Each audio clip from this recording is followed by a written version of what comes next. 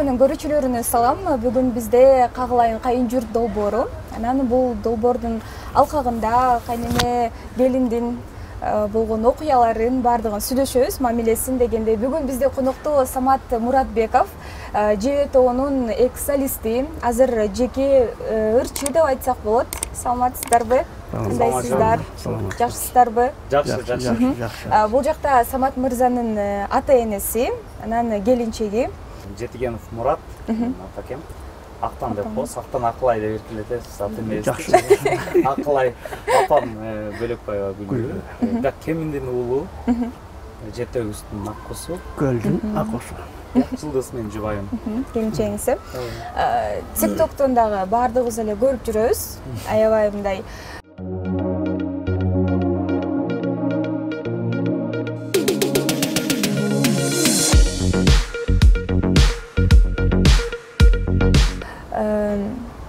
кандай десем, позитивдүү үй бүлө экенсиздер, баарыңыздар. Үйдө деле ушундайсыздарбы же тартыш үчүн эле ушундай болуп калабы?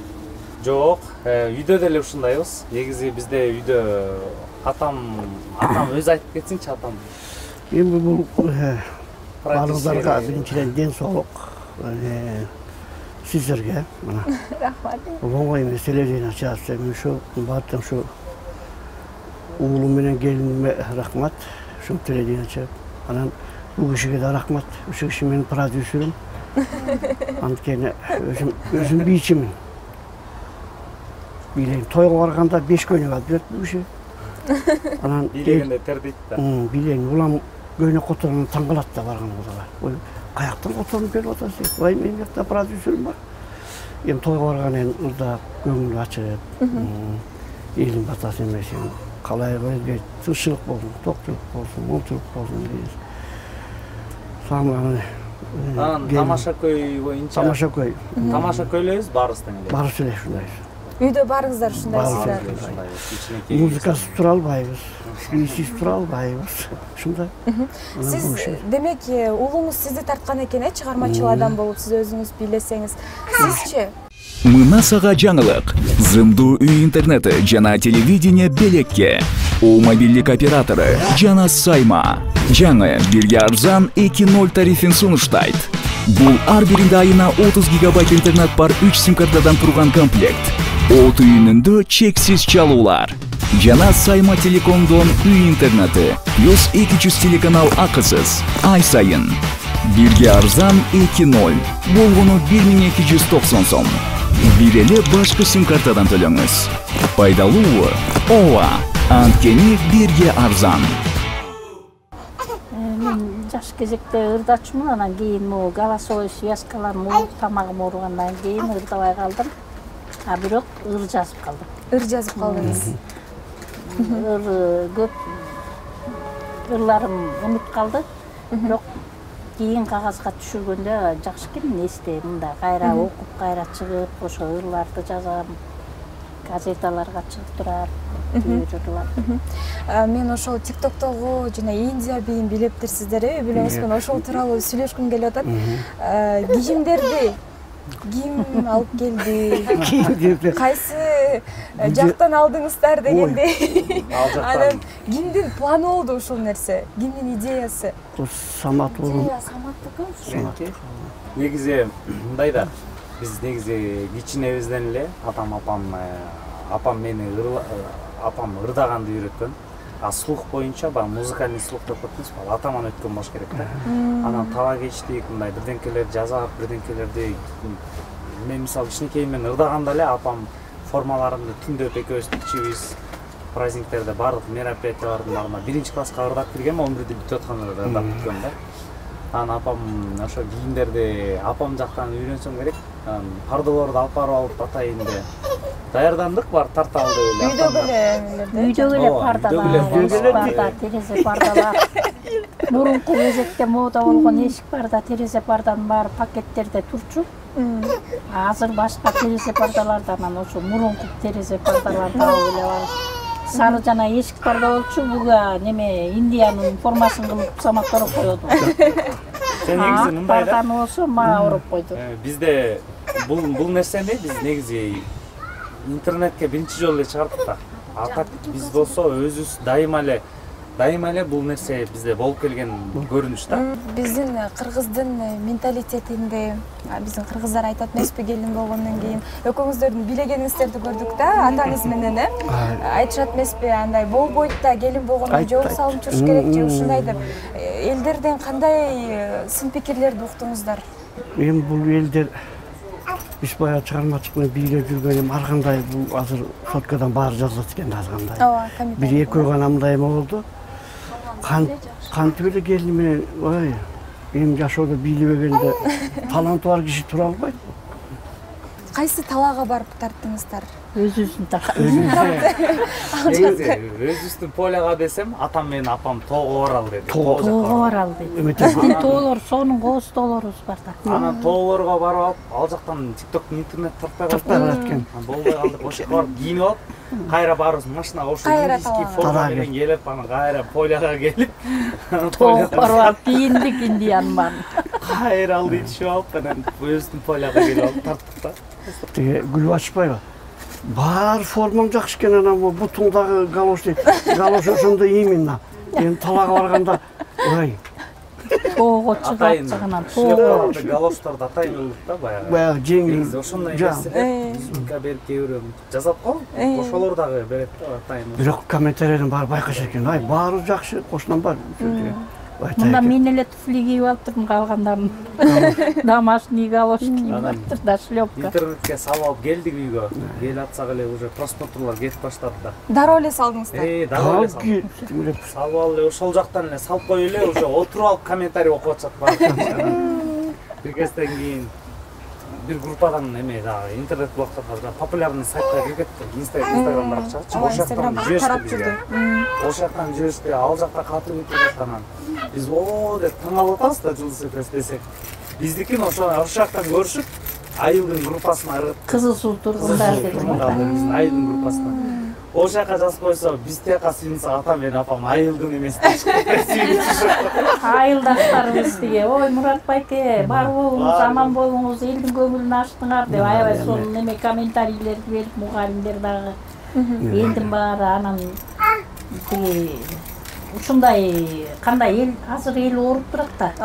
Анан ушу биздин көңүлүбүздү ачтыңар деп. Жанагы Саматтын айткан идеясы, мен Самат ушу балдарыбыздын, бул экөөбүз тең балдарыбыздын көңүлүн аябай кичинекейинен карайбыз да, ушу бала сакпыз анан. Кичинекейинде 5-6 окуганда булар менен кошо качмата ойнотчубуз, ортото ойнотчубуз. А эми TikTok тартабыз десе давай деп TikTok тартып жүрөбүз. Эсимде бир жолу ойноп атабыз. Айылда көчөдө кошуна эжекелерди апам чогултуп келип алган. Балдар менен ойнойбуз депчи. Апам экөөбүз бир командада, бир командада, мен байкем бар, менен Азамат. Ал тиги командада болуп калды. Анан апам өзүн эме да андай снайпер деп коебуз да. Урганда таамай тиет. Анан кийин байкем чуркап бараткандан апам топту тосуп урса, байкем боягына келип коет. Бакыр өкүп ыйлап, сен эмне балам деп аяп койбойсуң, сен өзүңдүн балам деп эмне акырын урбайсың апа деп ыйлап атпайбы. А мен иши кылып честно ойноп атам да. Анан бирок мындай боорум ооруп калды да баламачы. Биздин катарга Самат мырзанын кичинекей жөжөлөрү да кошулуп калды. Маегесте кайра улантсак. Чанелди берип. Эми кантип тааныштырды эле Самат мырза Жылдыз айым менен? Кандай болуп тааныштыңыздар эле келиңиздер менен? Биринчи жолу келиним менен таанышкан эмеспиз, просто биздин айылга хореограф керек болуп анан хореограф болуп келип жүрдү. Бирок Самат мага апсел көргөзбөй жүрдү анан.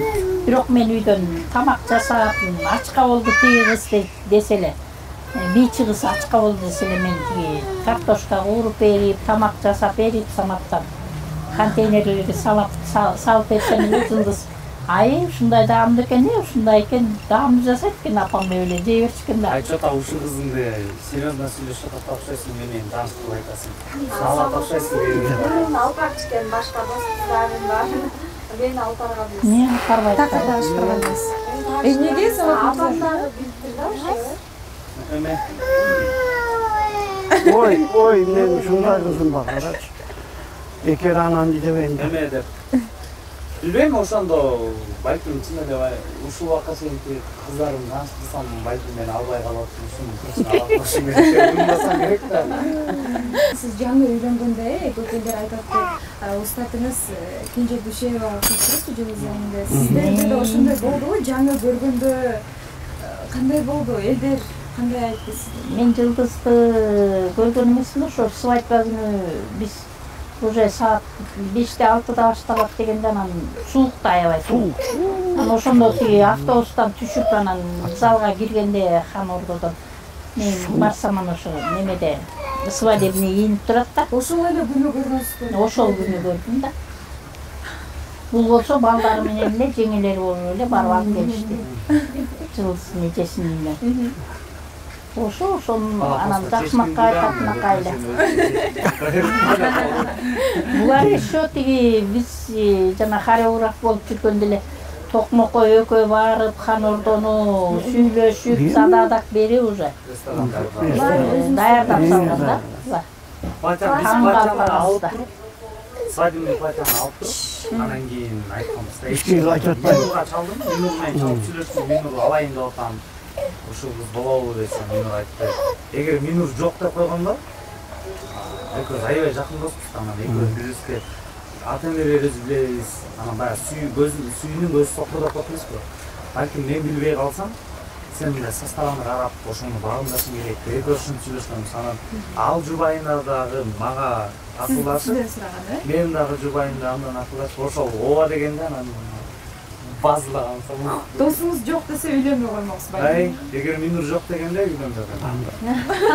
Жакпа, тияк тимде биягы мындай дегенде эле бул үйлөнбөй коймок. Экөөбүз мындай бирибизге решенияларыбыз, сөздөрүбүз аябай эме да, билебиз да, акты ак, караны кара деп сүйлөйбүз бирибизге. Анан экөөбүз тең бирибизге жаман каалабайбыз.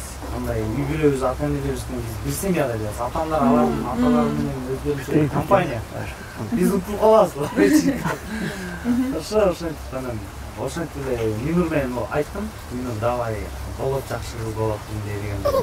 Ресторан бардыгын өзүңүздөр сүйлөштүңүздөр, той күнүнө эле айтып койдуңуздар, э? Биринчи ошондо чечип платьяны алып туруп, анан кийин үйдөгүлөргө айткам. Анан биз даярдандык да. Ишти болбойт го деп ойлогон киши кантип атын эч качан отказ кылбайт. Эми болсо сиз өтөдө айтып кеттиңиз, мурда ырдачымын, бирок азыр ыр жазам депчи. Сиздин талантыңызга дагы күбө болсок. Кайсы ырыңызды бизге окуп бересиз? Ата-анасына окуп беребиз. Андай дагы барбы? Бул жашырбады мурда. Өзүңүз билесиз. Жолдошуңузду карап туруп. Ооба. Караңатта билип Өмүрлүк жарым муратым, эркелеп сага турамын. Таттуу сөздүн курамын, өзүңө арнап турамын. Муратым укчу сөзүңдү, жүрөккө катам өзүңдү, ар дайым эстеп турамын. Могу тоголок кара көзүңдү. Сыйлаймын сени, сыйлаймын, эч качан сизди кыйбаймын. Колдосун сени Кудайым, төрүмдөн түшпөй ылайым. Жашоонун балын таталык, кечиришип кетсе каталык. Небере жээндерди жетелеп, бактылуу болуп жашайлык, бакыбат болуп жашайлык. Бул ырларды кандай учурда жазасыз? Кандай учурда эргип аласыз? Кээде ойлонуп туруп тамак жасап атканда, кээде картошка ачып атканда деле келет да. Кээде өзүмчө жалгыз отуруп, кайгырып калганда келет. Анан тамак пиширип атып эле ручка тигинде чакырып жаза калат. Оңой менен эметпейт экен. Кээде эметип турат. Сөздөрдүн гүлдөрүнөн теремин, маанисине абдан көңүл бөлөмүн, жаралып калган ырларымды өз баламдай, өз канымдай көрөмүн. Эми болсо мен Самат мырзанын бала чагы жөнүндө сүйлөшкүм. Кандай бала эле? Силер айтып эле, мен дайыма эле берем. Кандай бала эле? Балам аябай неме нежная бала да. Анткени мына Бактыгүл эжеси андан кийин бир уулум чарчап калды 2 жашында. Анан Азамат төрөдүм, анан Саматтуу да төрөдүм Азаматка. Анан удаа балдар ичине жанагы нежный болуп төрөлөт да, удаа балдар ортодо мындай эне кылбай. Анан ошо самат төрөлгөндө мындай көзү бакыракай фонарикдей болуп уктап туруп ачканда мындай аччу да анан фонарик жана аянын көзүндөй болчу кичинекей да.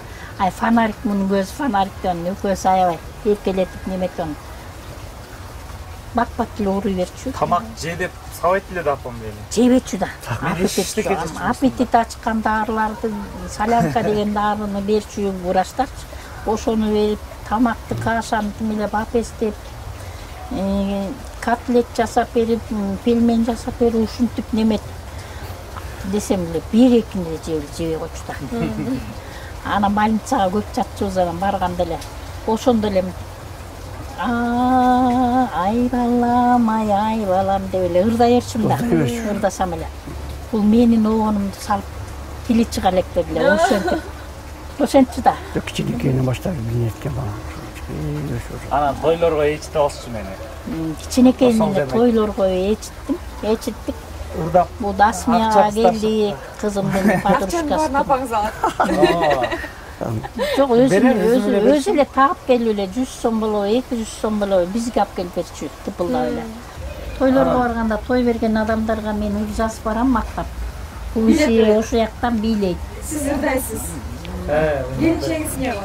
Кала билет. Тиге мындай болуп калды да. Паразитка. Баягы иштей жашырган эмне.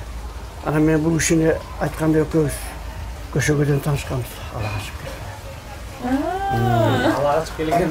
Тааныбай ала качып келгенсиз. Эми булайдын бойлугу экен да. Кандай болду эле? Бул киши Ырбачыда окуучу. Анан мен дагы баягы 11 тууган. Анан кыздар менен таанышсаң эле бир тууган, анан аталас каза болуп калган чабан болуп. Штаттан агам бут эме болуп калды анан баягы. Анан кыздар менен таанышсаң эле чабан десең эле качат. Анан эжем бар. Тайкем бузашыр башыда анан. Ай. Ошо үйдө эжем үйүнө отурам анан ай. Тиякта бир кыз жүрөт билбейм. Бир аяшыбыздын үйүндө дейт да. Ай эже барчы деп. Аяшы менин таажымын, тууган таажым. Ана бир малда аш карап отупту да бамди параллельно алганын баягы булочка бышырып эмен коноктосуп аткан. Анан келди. Анан бул окуу кетти. Анан тиги таажымыз да кыйын экен. Мен ушу эним бар, алып келип көрдүм анан. Келгенде эле айтты. Эми албак ушундай экен да. Тамак тартасың деди. Жок. Арачы ичпейм, ичпейм деди. Мен ашык жаптым. Эми сүйлөшкөндө болбойт, ала качып кетиш керек. Нанын көргөндө айтпайсызбы? Анан базар бышырган. Апам көрбөйт. Нанын көрүп эле. Бышырган токос алам. Мен Ушун жасаган кызды десе, алам деп турду. Алам деп. Анан ала качат. Жок. Анан училищада, анан машина какая-то, ошо эжемдин кайдысы чайка машина почта ташып. Анан келип калды как раз. Анан баягы ошо тайженин бир баласы армияга кеткен атты. Анан план түзүп баягы силичи мындай барсаң да анан кичике бул кошуп берди. Анда бул училищада. Училищага бардык. Анан май бир жерде май бар деди. Ал жер жок экен. Анан айланып келип тим үйгө чыгып атпайсызбы деди. Анан уже уландан бери. Мен таажыңа план түзбөптүр. Ал деген сүйлөшпөй мен таажыңанчы. Аны менен сүйлөшпөгүлө, таанышпагыла ал деген эч кимге турмушка чыкпайм деп атат. Энем бар, энем кара. Энем деп агам деп атат. Анан аны ала качып кетиш керек. Момдай кылып деп анан. Тайкемдин машинасы менен тигинин кайнысынын машинасы окшош экен. Анан ала качып кеткиле десе анан тиги барышат анан барса эле мен общитке ошол күнү общитте жатканда. Мурунку күнү Тайкемдикинде болчу. Анан общиттен жуунуп тазаланып таажыңа мен барбайм десем анан анын баласы армияга кете турган болуп атпайбы. Ырысбек армияга кеткен тат. Могу сливочный май, индийский чай керек дефицит болчу. Ошону бөлүшүп койчу 47-чи магазинден деп келип атпайбы. Ошол көчөбүккө көргөн аяш эже. Анан мен ойлоп атпайм таажыңанын аяш. Апы 47-чи магазин ушул кичине бир 200 эле метр да, ошо общиттен. Анда мейли бөлүшүп коеюн деп эле түшө калып атпайм машинеге. Кабинага түшөйүн десем, артына түшүңүз, бияктан милиция кармайт деп шофёру кайнысы. Эметип койсо, мен деле кыз жаш, жаңы эле 18-ге чыккан 1-сентябрда. 18-октябрда алага чыгып. 82-жылы Бала 18-октябрда. Анан түшүп алсам эле кулпу менен тарактап эле бекитти да, шарактап эле. Кулпу менен бекитпесе тиги мынтип ачылып, эшиги шатакса этип калат го деп ойлоп атпаймын. Кирсем эле жер төшөк, тондор килгерки, көлдөлөңдөр. Тояштан келаткан машина турбайды, отуруп алдым да. Отуруп алсам, бияка кайнежем отурду, бияка дагы кайнежемдин абысын отурду. Караңгы кечки саат 9:30 болгон. Ошондо анан жолдошуңуз дагы бар. Ошондо бул киши ошо мындай груза такси деген караңгыда. Октябрь айында караңгы болуп калат го, күн кыскарып анан. Урушта берем, флягтай болгон бир неме турганда. Көрсө бул мынтип отурат. Мынтип отураптыр да жүрөгү түшүп чөп. Флягын караганда жокмун да, светин өчүрүп коюшту, күүгүм мындай. Бир убакта мен ошентип эле немете баштаганда, уруша баштаганда анан тигилер. Светин күйгүзгүлө, тааныштыралы деп атпайбы. Сен жакшы күйөөгө апаратабыз, арак ичпейт, тамеки тартпайт, сону мен ниним деп тиги акне жеке. Светти күйгүзгөндө мен уже көзүмө жаш айланып, уже көзүм ыйлай баштаганда. Мынтип ачсам эле мондай. Тим эле шумдук көрүндү да бул киши. Немедей болуп, карбаты көрүндү, мурдум мындай көрүндү. Жанагы неме замыктагы неме бар го. Карачай. Замак окшоштур. Көрбөйм эле көрөм деп жуумап. Бакырдым. Бакырдым. Анысынан дагы Кудайдын куласы шүгүр. бул жол салбайт апалар отурбусту, ана кир тааныш деди. Кантип тааныштыңыз? Аты Гүлбү эле кийиреткен да. Ушта отурат кирдим. Аты Гүлбү ай деселе. Атын өлем кечирип койчу. Кызык дейби? Гүлбайра деп койду. Гүлнара деп койду.